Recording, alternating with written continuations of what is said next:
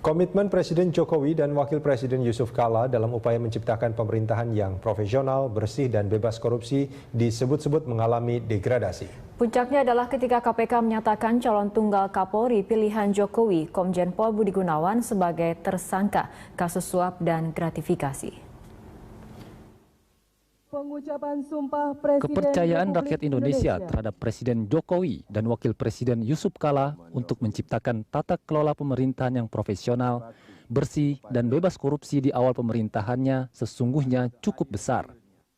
Setelah pembangunan sistem adalah pola rekrutmen yang benar. Dengan cara apa? Dengan seleksi dan promosi terbuka. Semua terseleksi dengan baik. Sehingga yang memegang pimpinan-pimpinan, baik di kementerian, baik di kedirjenan, baik di lembaga-lembaga, juga melalui sebuah pola rekrutmen, promosi, dan seleksi yang terbuka. Tidak karena kedekatan, tidak karena senang dan tidak senang. Untuk selanjutnya, saya persilakan Bapak Yusuf Kala. Harapan tersebut bahkan semakin menguat ketika menyaksikan bagaimana cermatnya sang presiden dalam menyeleksi dan memilih menteri-menteri kabinet. Ketika itu, Presiden turut melibatkan Lembaga Anti Rusuah, Komisi Pemberantasan Korupsi KPK, dan Pusat Pelaporan dan Analisis Transaksi Keuangan PPATK untuk menelusuri rekam jejak calon menteri. Walhasil, muncullah calon-calon menteri dengan rapor merah, biru, dan hijau versi KPK untuk direkomendasikan kepada Presiden. Apresiasi pun berdatangan dari berbagai kalangan, karena Presiden dinilai telah membangun tradisi baru dalam menyeleksi kredibilitas dan akuntabilitas para menterinya. Namun apresiasi itu mulai memudar saat Presiden mengangkat HM Prasetyo sebagai Jaksa Agung. Presiden tak lagi menjalankan cara-cara yang pernah ditempuh sebelumnya. Jaksa Agung yang diusulkan Partai Nasdem itu diangkat tanpa melalui screening yang ketat oleh KPK maupun PPATK. Publik pun mulai bertanya-tanya apakah Presiden tidak salah memilih orang lantaran rekam jejak Prasetyo saat itu belum dinyatakan clear. Puncaknya adalah ketika Presiden mencalonkan Komjen Budi Gunawan sebagai Kapolri Tunggal meski telah mengetahui bahwa Komjen Budi pernah memiliki catatan merah terkait kasus rekening gendut yang sebelumnya ramai dibincangkan. Benar saja, KPK akhirnya menetapkan Komjen Budi sebagai tersangka tepat 1 hari sebelum ia menjalankan fit and proper test di DPR. Bak bola salju, polemik ini terus menggelinding hingga akhirnya melahirkan kegaduhan dan memunculkan konflik baru cicak versus buaya. Komitmen Presiden Jokowi dan Wakil Presiden Yusuf Kala dalam upaya menciptakan pemerintahan yang profesional, bersih, dan bebas korupsi disebut-sebut mengalami degradasi. Puncaknya adalah ketika KPK menyatakan calon tunggal Kapolri pilihan Jokowi, Komjen Pol Budi Gunawan, sebagai tersangka kasus suap dan gratifikasi. Kepercayaan rakyat Indonesia terhadap Presiden Jokowi dan Wakil Presiden Yusuf Kala untuk menciptakan tata kelola pemerintahan yang profesional, bersih, dan bebas korupsi di awal pemerintahannya sesungguhnya cukup besar. Setelah pembangunan sistem adalah pola rekrutmen yang benar. Dengan cara apa? Dengan seleksi dan promosi terbuka. Semua terseleksi dengan baik. Sehingga yang memegang pimpinan-pimpinan, baik di kementerian, baik di kedirjenan, baik di lembaga-lembaga, juga melalui sebuah pola rekrutmen, promosi, dan seleksi yang terbuka. Tidak karena kedekatan, tidak karena senang dan tidak senang. Untuk selanjutnya, saya persilakan Bapak Yusuf Kala. Harapan tersebut bahkan semakin menguat ketika menyaksikan bagaimana cermatnya sang presiden dalam menyeleksi dan memilih menteri-menteri kabinet. Ketika itu, Presiden turut melibatkan Lembaga Anti Rusuah, Komisi Pemberantasan Korupsi KPK, dan Pusat Pelaporan dan Analisis Transaksi Keuangan PPATK untuk menelusuri rekam jejak calon menteri.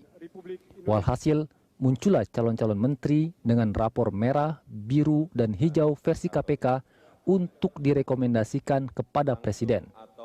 Apresiasi pun berdatangan dari berbagai kalangan, karena Presiden dinilai telah membangun tradisi baru dalam menyeleksi kredibilitas dan akuntabilitas para menterinya.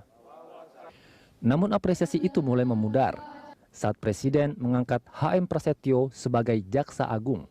Presiden tak lagi menjalankan cara-cara yang pernah ditempuh sebelumnya.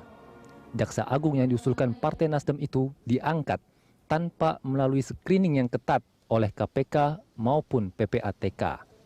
Publik pun mulai bertanya-tanya apakah Presiden tidak salah memilih orang lantaran rekam jejak Prasetyo saat itu belum dinyatakan clear. Puncaknya adalah ketika Presiden mencalonkan Komjen Budi Gunawan sebagai Kapolri Tunggal, meski telah mengetahui bahwa Komjen Budi pernah memiliki catatan merah terkait kasus rekening gendut yang sebelumnya ramai dibincangkan. Benar saja, KPK akhirnya menetapkan Komjen Budi sebagai tersangka tepat 1 hari sebelum ia menjalankan fit and proper test di DPR. Bak bola salju, polemik ini terus menggelinding hingga akhirnya melahirkan kegaduhan dan memunculkan konflik baru cicak versus buaya. Komitmen Presiden Jokowi dan Wakil Presiden Yusuf Kala dalam upaya menciptakan pemerintahan yang profesional, bersih, dan bebas korupsi disebut-sebut mengalami degradasi. Puncaknya adalah ketika KPK menyatakan calon tunggal Kapolri pilihan Jokowi, Komjen Pol Budi Gunawan sebagai tersangka kasus suap dan gratifikasi. Kepercayaan rakyat Indonesia terhadap Presiden Jokowi dan Wakil Presiden Yusuf Kala untuk menciptakan tata kelola pemerintahan yang profesional, bersih, dan bebas korupsi di awal pemerintahannya sesungguhnya cukup besar. Setelah pembangunan sistem adalah pola rekrutmen yang benar. Dengan cara apa? Dengan seleksi dan promosi terbuka. Semua terseleksi dengan baik. Sehingga yang memegang pimpinan-pimpinan, baik di kementerian, baik di kedirjenan, baik di lembaga-lembaga, juga melalui sebuah pola rekrutmen, promosi, dan seleksi yang terbuka. Tidak karena kedekatan, tidak karena senang dan tidak senang. Untuk selanjutnya, saya persilakan Bapak Yusuf Kala. Harapan tersebut bahkan semakin menguat ketika menyaksikan bagaimana cermatnya sang Presiden dalam menyeleksi dan memilih menteri-menteri kabinet. Ketika itu, Presiden turut melibatkan Lembaga Anti Rusuah, Komisi Pemberantasan Korupsi KPK, dan Pusat Pelaporan dan Analisis Transaksi Keuangan PPATK untuk menelusuri rekam jejak calon menteri. Walhasil, muncullah calon-calon menteri dengan rapor merah, biru, dan hijau versi KPK untuk direkomendasikan kepada Presiden. Apresiasi pun berdatangan dari berbagai kalangan, karena Presiden dinilai telah membangun tradisi baru dalam menyeleksi kredibilitas dan akuntabilitas para menterinya. Namun apresiasi itu mulai memudar saat Presiden mengangkat HM Prasetyo sebagai Jaksa Agung. Presiden tak lagi menjalankan cara-cara yang pernah ditempuh sebelumnya. Jaksa Agung yang diusulkan Partai Nasdem itu diangkat tanpa melalui screening yang ketat oleh KPK maupun PPATK. Publik pun mulai bertanya-tanya apakah Presiden tidak salah memilih orang lantaran rekam jejak Prasetyo saat itu belum dinyatakan clear. Puncaknya adalah ketika Presiden mencalonkan Komjen Budi Gunawan sebagai Kapolri Tunggal, meski telah mengetahui bahwa Komjen Budi pernah memiliki catatan merah terkait kasus rekening gendut yang sebelumnya ramai dibincangkan. Benar saja, KPK akhirnya menetapkan Komjen Budi sebagai tersangka tepat 1 hari sebelum ia menjalankan fit and proper test di DPR. Bak bola salju, polemik ini terus menggelinding hingga akhirnya melahirkan kegaduhan dan memunculkan konflik baru cicak versus buaya. Komitmen Presiden Jokowi dan Wakil Presiden Yusuf Kala dalam upaya menciptakan pemerintahan yang profesional, bersih, dan bebas korupsi disebut-sebut mengalami degradasi. Puncaknya adalah ketika KPK menyatakan calon tunggal Kapolri pilihan Jokowi, Komjen Pol Budi Gunawan sebagai tersangka kasus suap dan gratifikasi. Kepercayaan rakyat Indonesia terhadap Presiden Jokowi dan Wakil Presiden Yusuf Kala untuk menciptakan tata kelola pemerintahan yang profesional, bersih, dan bebas korupsi di awal pemerintahannya sesungguhnya cukup besar. Setelah pembangunan sistem adalah pola rekrutmen yang benar. Dengan cara apa? Dengan seleksi dan promosi terbuka. Semua terseleksi dengan baik. Sehingga yang memegang pimpinan-pimpinan, baik di kementerian, baik di kedirjenan, baik di lembaga-lembaga, juga melalui sebuah pola rekrutmen, promosi, dan seleksi yang terbuka. Tidak karena kedekatan, tidak karena senang dan tidak senang. Untuk selanjutnya, saya persilakan Bapak Yusuf Kalla. Harapan tersebut bahkan semakin menguat ketika menyaksikan bagaimana cermatnya sang presiden dalam menyeleksi dan memilih menteri-menteri kabinet. Ketika itu, presiden turut melibatkan lembaga anti rasuah, Komisi Pemberantasan Korupsi KPK, dan Pusat Pelaporan dan Analisis Transaksi Keuangan PPATK untuk menelusuri rekam jejak calon menteri. Walhasil, muncullah calon-calon menteri dengan meski telah mengetahui bahwa Komjen Budi pernah memiliki catatan merah terkait kasus rekening gendut yang sebelumnya ramai dibincangkan. Benar saja, KPK akhirnya menetapkan Komjen Budi sebagai tersangka tepat 1 hari sebelum ia menjalankan fit and proper test di DPR. Bak bola salju, polemik ini terus menggelinding hingga akhirnya melahirkan kegaduhan dan memunculkan konflik baru cicak versus buaya. Komitmen Presiden Jokowi dan Wakil Presiden Yusuf Kalla dalam upaya menciptakan pemerintahan yang profesional, bersih, dan bebas korupsi disebut-sebut mengalami degradasi. Puncaknya adalah ketika KPK menyatakan calon tunggal Kapolri pilihan Jokowi, Komjen Pol Budi Gunawan, sebagai tersangka kasus suap dan gratifikasi. Kepercayaan rakyat Indonesia terhadap Presiden Jokowi dan Wakil Presiden Yusuf Kalla untuk menciptakan tata kelola pemerintahan yang profesional, bersih, dan bebas korupsi di awal pemerintahannya sesungguhnya cukup besar. Setelah pembangunan sistem adalah pola rekrutmen yang benar. Dengan cara apa? Dengan seleksi dan promosi terbuka. Semua terseleksi dengan baik.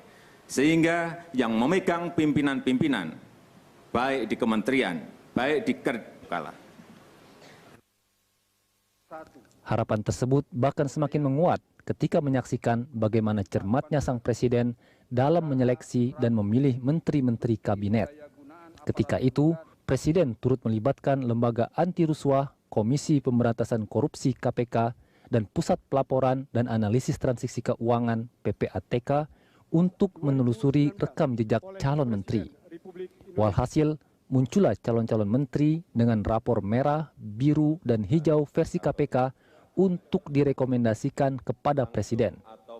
Apresiasi pun berdatangan dari berbagai kalangan, karena Presiden dinilai telah membangun tradisi baru dalam menyeleksi kredibilitas dan akuntabilitas para menterinya. Namun apresiasi itu mulai memudar saat Presiden mengangkat HM Prasetyo sebagai Jaksa Agung. Presiden tak lagi menjalankan cara-cara yang pernah ditempuh sebelumnya. Jaksa Agung yang diusulkan Partai Nasdem itu diangkat tanpa melalui screening yang ketat oleh KPK maupun PPATK. Publik pun mulai bertanya-tanya apakah Presiden tidak salah memilih orang lantaran rekam jejak Prasetyo saat itu belum dinyatakan clear. Puncaknya adalah ketika Presiden mencalonkan Komjen Budi Gunawan sebagai Kapolri Tunggal sebelum ia menjalankan fit and proper test di DPR. Bak bola salju, polemik ini terus menggelinding hingga akhirnya melahirkan kegaduhan dan memunculkan konflik baru cicak versus buaya. Komitmen Presiden Jokowi dan Wakil Presiden Yusuf Kalla dalam upaya menciptakan pemerintahan yang profesional, bersih, dan bebas korupsi disebut-sebut mengalami degradasi. Puncaknya adalah ketika KPK menyatakan calon tunggal Kapolri pilihan Jokowi, Komjen Pol Budi Gunawan, sebagai tersangka kasus suap dan gratifikasi. Kepercayaan rakyat Indonesia terhadap Presiden Jokowi dan Wakil Presiden Yusuf Kalla untuk menciptakan tata kelola pemerintahan yang profesional, bersih, dan bebas korupsi di awal pemerintahannya sesungguhnya cukup besar. Setelah pembangunan sistem adalah pola rekrutmen yang benar. Dengan cara apa? Dengan seleksi dan promosi terbuka. Semua terseleksi dengan baik. Sehingga yang memegang pimpinan-pimpinan, baik di kementerian, baik di kedirjenan, baik di lembaga-lembaga, juga melalui sebuah pola rekrutmen, promosi, dan seleksi yang terbuka. Tidak karena kedekatan, tidak karena senang dan tidak senang. Untuk selanjutnya, saya persilakan Bapak Yusuf. Anti Rusuah, Komisi Pemberantasan Korupsi KPK, dan Pusat Pelaporan dan Analisis Transaksi Keuangan PPATK untuk menelusuri rekam jejak calon menteri. Walhasil, muncullah calon-calon menteri dengan rapor merah, biru, dan hijau versi KPK untuk direkomendasikan kepada Presiden. Apresiasi pun berdatangan dari berbagai kalangan, karena Presiden dinilai telah membangun tradisi baru dalam menyeleksi kredibilitas dan akuntabilitas para menterinya. Namun apresiasi itu mulai memudar saat Presiden mengangkat HM Prasetyo sebagai Jaksa Agung. Presiden tak lagi menjalankan cara-cara yang pernah ditempuh sebelumnya. Jaksa Agung yang diusulkan Partai Nasdem itu diangkat tanpa melalui screening yang ketat oleh KPK maupun PPATK. Publik pun mulai bertanya-tanya apakah Presiden tidak salah memilih orang lantaran rekam jejak Prasetyo saat itu belum dinyatakan clear. Puncaknya adalah ketika Presiden mencalonkan Komjen Budi Gunawan sebagai Kapolri Tunggal, meski telah mengetahui bahwa Komjen Budi pernah memiliki catatan merah terkait kasus rekening gendut yang sebelumnya ramai dibincangkan. Benar saja, KPK akhirnya menetapkan Komjen Budi sebagai tersangka tepat 1 hari. Komitmen Presiden Jokowi dan Wakil Presiden Yusuf Kala dalam upaya menciptakan pemerintahan yang profesional, bersih, dan bebas korupsi disebut-sebut mengalami degradasi. Puncaknya adalah ketika KPK menyatakan calon tunggal Kapolri pilihan Jokowi, Komjen Pol Budi Gunawan, sebagai tersangka kasus suap dan gratifikasi. Pengucapan sumpah Presiden Kepercayaan Republik rakyat Indonesia terhadap Presiden Jokowi dan Wakil Presiden Yusuf Kala untuk menciptakan tata kelola pemerintahan yang profesional, bersih, dan bebas korupsi di awal pemerintahannya sesungguhnya cukup besar. Setelah pembangunan sistem adalah pola rekrutmen yang benar. Dengan cara apa? Dengan seleksi dan promosi terbuka. Semua terseleksi dengan baik. Sehingga yang memegang pimpinan-pimpinan, baik di kementerian, baik di kedirjenan, baik di lembaga-lembaga, juga melalui sebuah pola rekrutmen, promosi, dan seleksi yang terbuka. Tidak karena kedekatan, tidak karena senang dan tidak senang. Untuk selanjutnya, saya persilakan Bapak Yusuf Kala. Harapan tersebut bahkan semakin menguat ketika menyaksikan bagaimana cermatnya sang Presiden dalam menyeleksi dan memilih menteri-menteri kabinet. Ketika itu, Presiden turut melibatkan lembaga